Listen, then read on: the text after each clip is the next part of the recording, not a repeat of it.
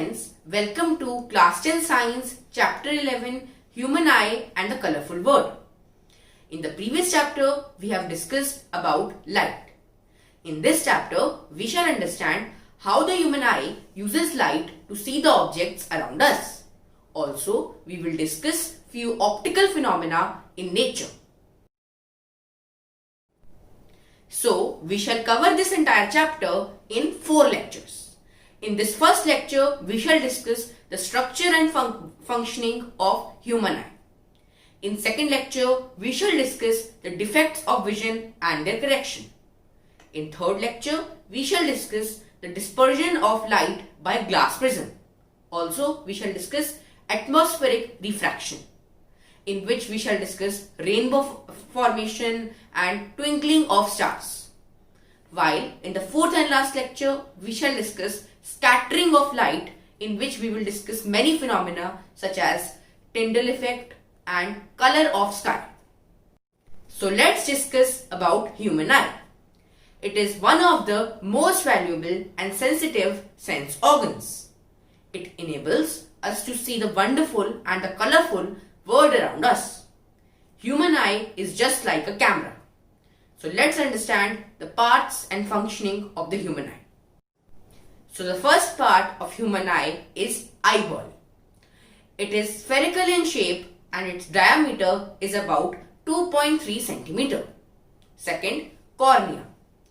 So the light enters the eye through this thin membrane, that is cornea. It forms the transparent bulge on the front surface of eyeball. So the transparent bulge on the front surface of eyeball is the cornea, and its function is to converge the light rays falling on it. So the refraction by the eye starts in the cornea itself, and further the lens also helps in refraction of light. Third, iris. This is a dark and muscular diaphragm. It controls the size of pupil.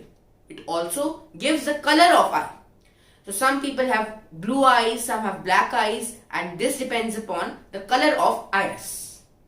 Now let's understand the fourth part, that is pupil. Now it regulates and controls the amount of light entering the eye. Now let's understand how does this happen.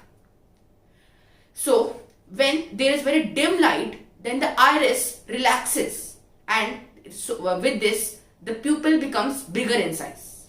Hence, more light enters into the pupil. While when the light is very bright, when there is very bright light, then the iris contracts.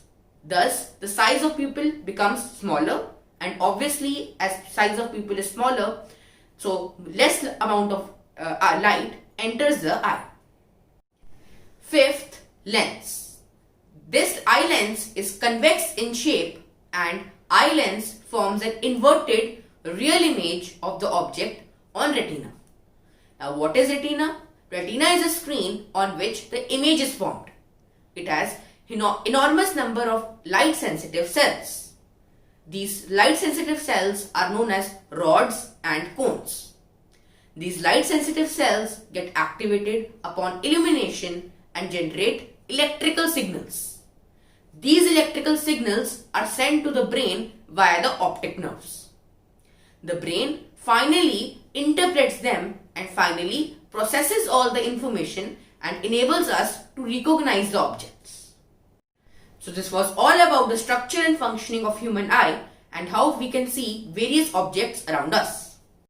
Now let's discuss about a very important and interesting topic, that is power of accommodation. So the curvature and focal length of eye lens can be changed by the ciliary muscles. These ciliary muscles are some special muscles present in the eye which are responsible for changing the curvature of eye lens. Let's understand how does this happen. So when the ciliary muscles contract, the eye lens becomes thicker and the focal length of eye lens reduces. This enables us to see the nearby objects clearly. And in the second case, when the ciliary muscles relax, then the lens becomes thinner, the focal length increases, and this enables us to see the distant objects. So in this way, the lens can adjust itself to see both distant as well as the nearby objects clearly. So this ability of the eye lens to adjust its focal length is known as accommodation.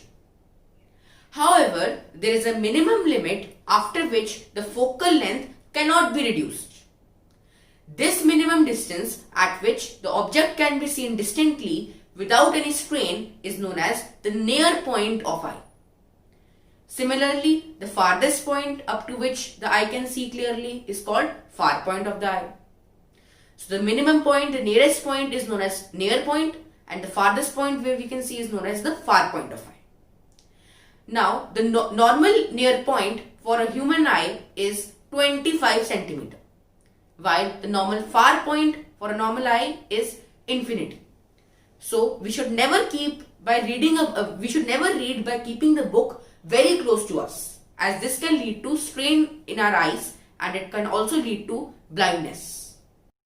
Now, a very important question that arises is that why do we have two eyes? Why don't we have just one eye? Now, this is because two eyes give a wider field of view to us. So basically, the field of view with one eye is 150 degree, while the field of view with two eyes is 180 degree. So obviously you can see that with two eyes we get a wider field of view.